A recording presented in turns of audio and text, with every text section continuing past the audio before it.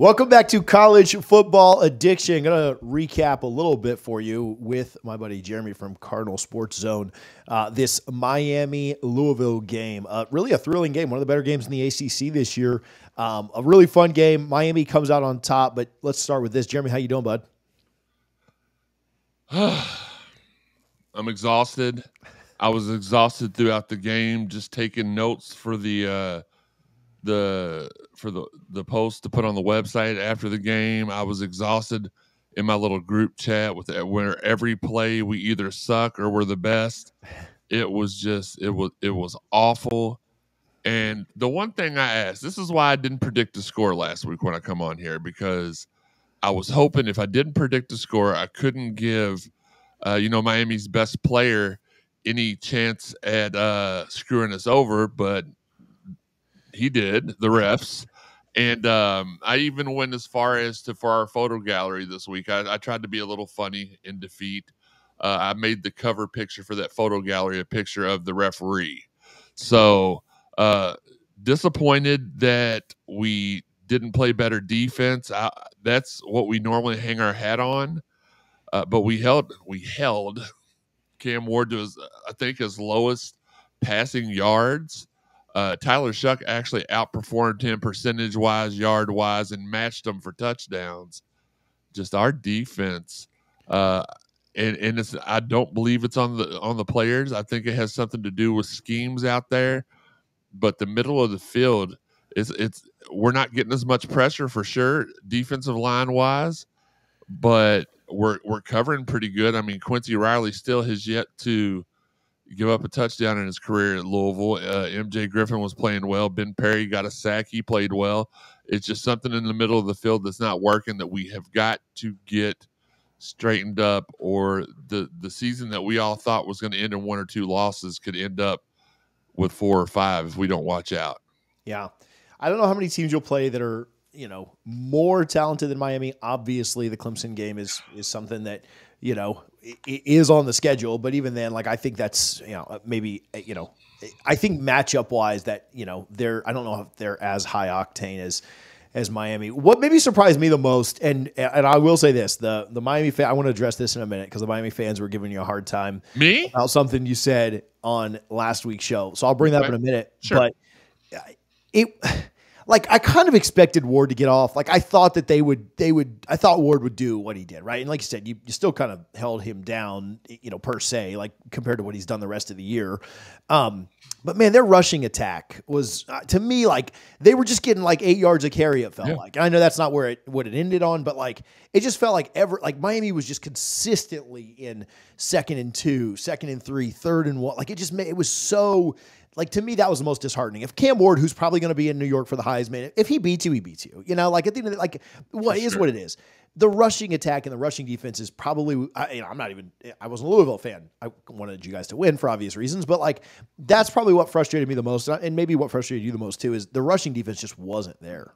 No. And they averaged, to your point, they averaged 6 yards per rush, which still is a ton. If you think about it, I'm not really sure why any Miami fans would hate me. I love Miami.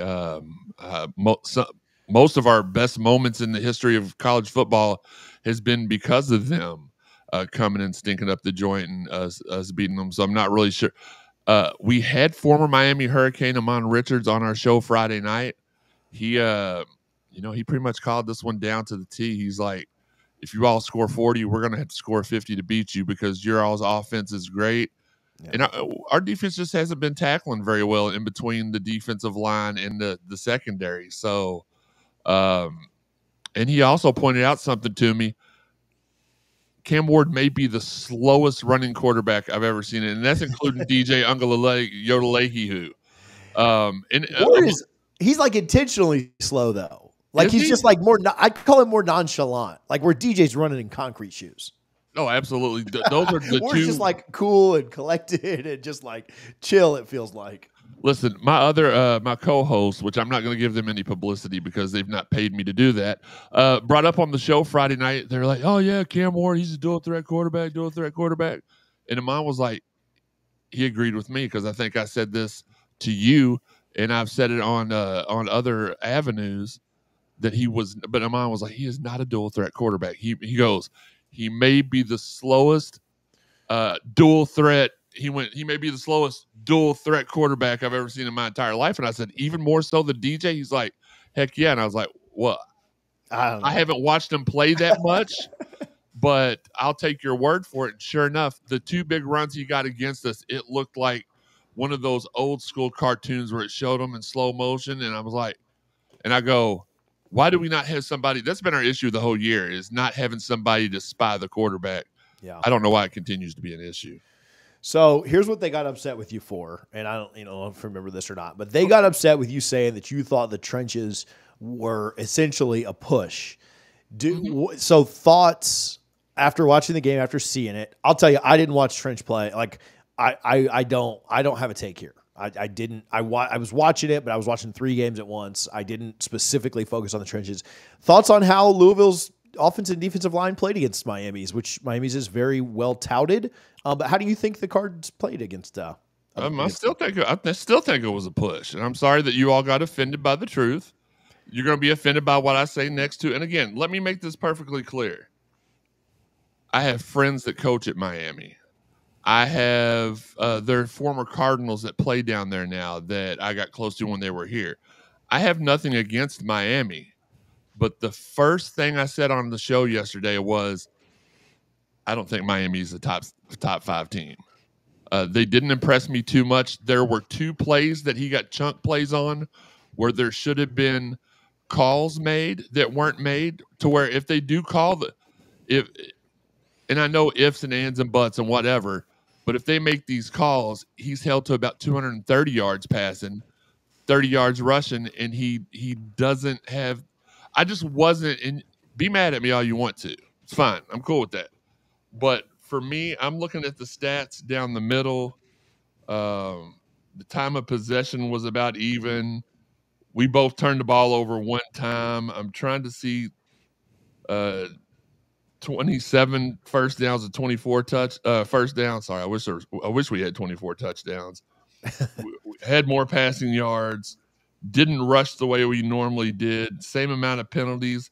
I'm trying to find out how many times each of us were sacked that game, because for some reason it's not showing up on. I think it was 3 and 3. They did have a couple more tackles for losses, but sacks were 3 and 3. Okay. A tackle for loss could be 15 yards or 1 yard, though. Like, you really never know. Okay, so you're right. 3 sacks for Louisville and 3 sacks. So tell me how I wasn't correct in the trenches being a push.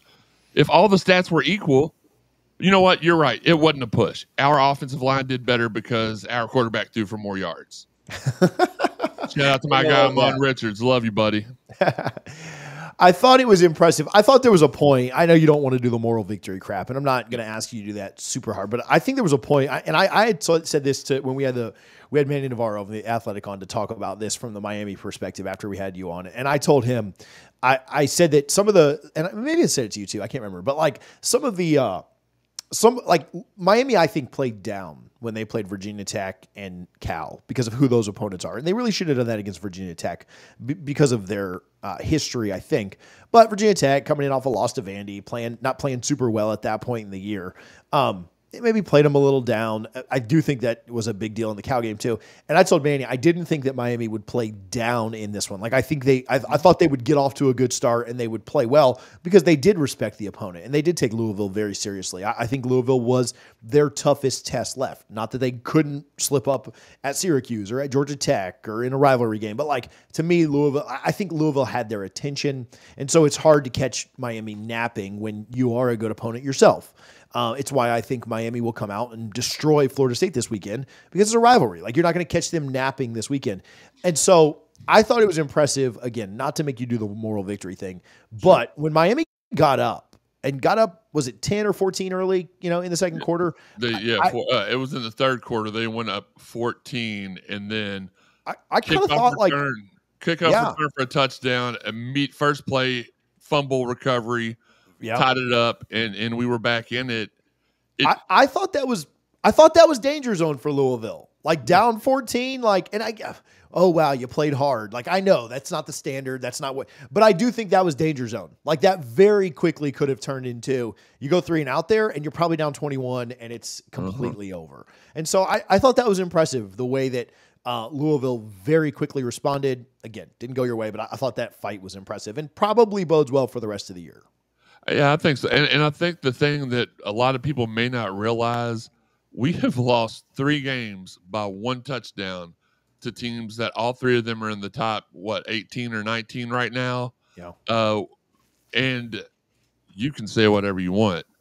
You can pick other. There were so many. We have such a great photography staff at CSZ.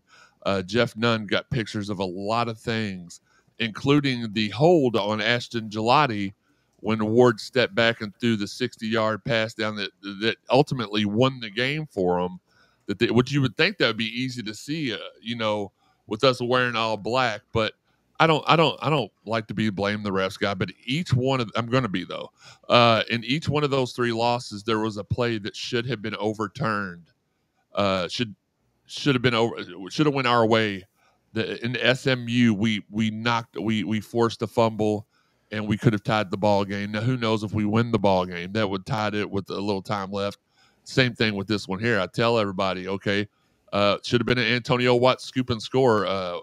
He made contact with Ward before his arm started going forward. The ball clearly, to me anyway, was a fumble, and I would have been okay if it was called the other way. If it was our guy. To me, that's a textbook fumble, and a lot of even the announcers on TV were like, "Oh my God, that's a fumble." But who's to say we went? That just ties the ball game. We don't know if we win that game. Does Miami run the clock out and hit a field goal to win the game? Who knows? If ends are, almost only counts in horseshoes and hand grenades.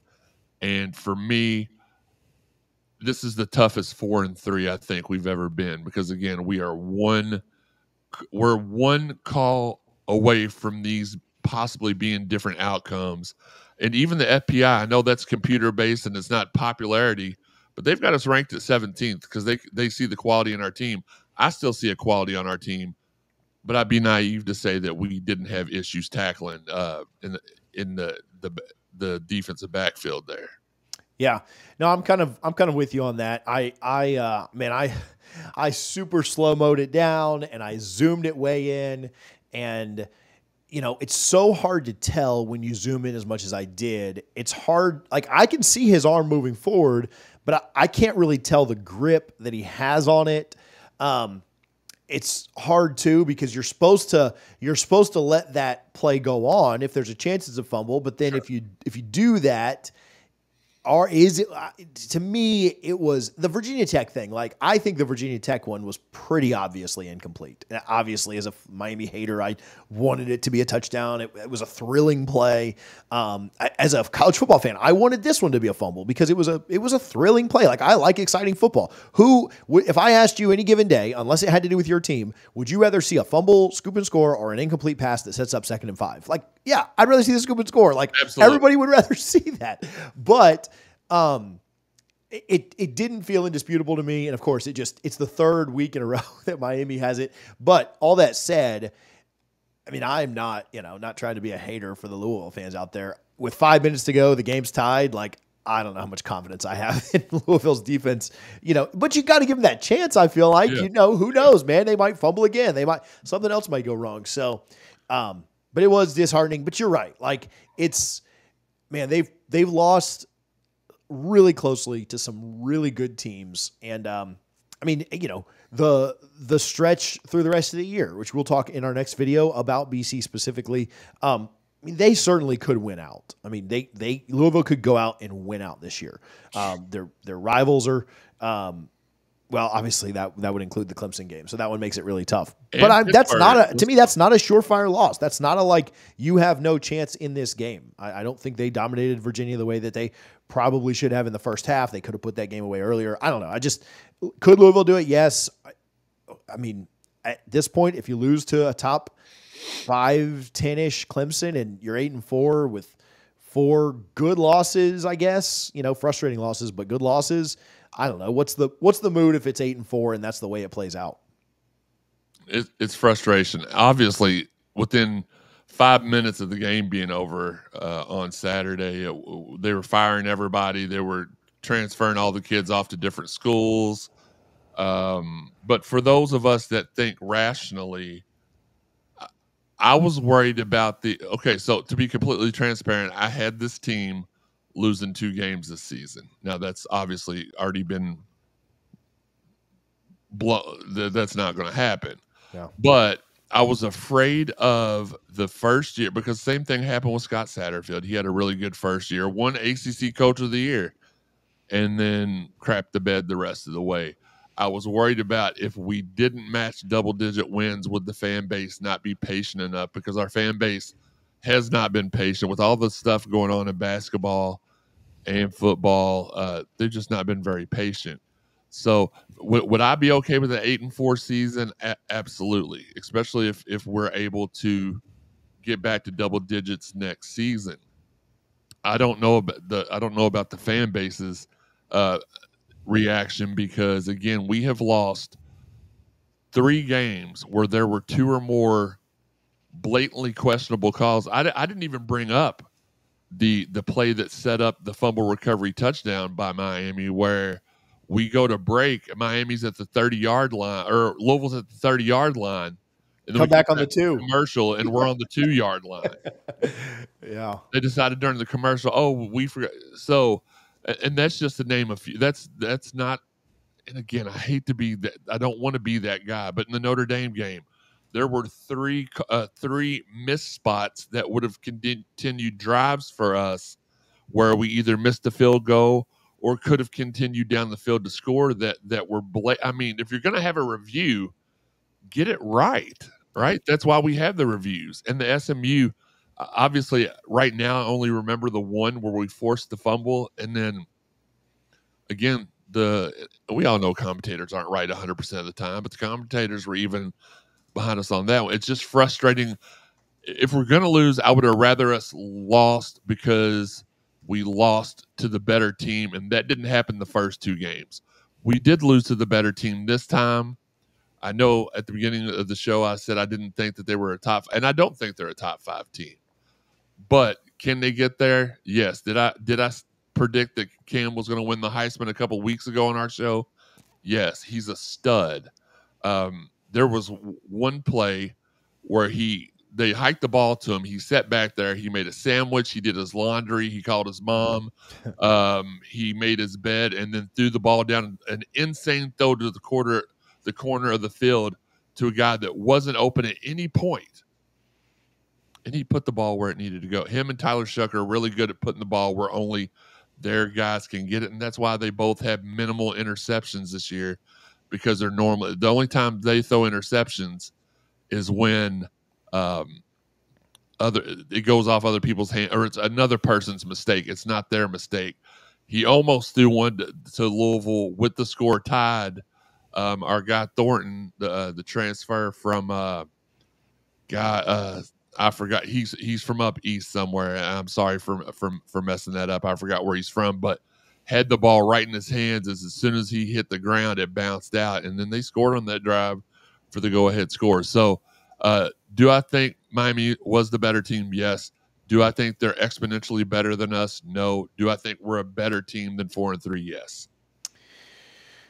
We are going to talk about the BC game on Friday night here in our next video. But before we get out of here, Jeremy, where can people follow you? Where can they find your work? They can follow the website and all of our great photo galleries and exclusives at cardinalsportzone.com. And they can watch the Cardinal Sports Zone podcast Friday nights at 10:05 p.m. and Sundays at 1. We're not doing a show this week, though, because of the obvious game confliction. We're actually going to do a show here at a little bit later on today to make up for the Friday show. Awesome, man. I appreciate you for coming on. Anytime.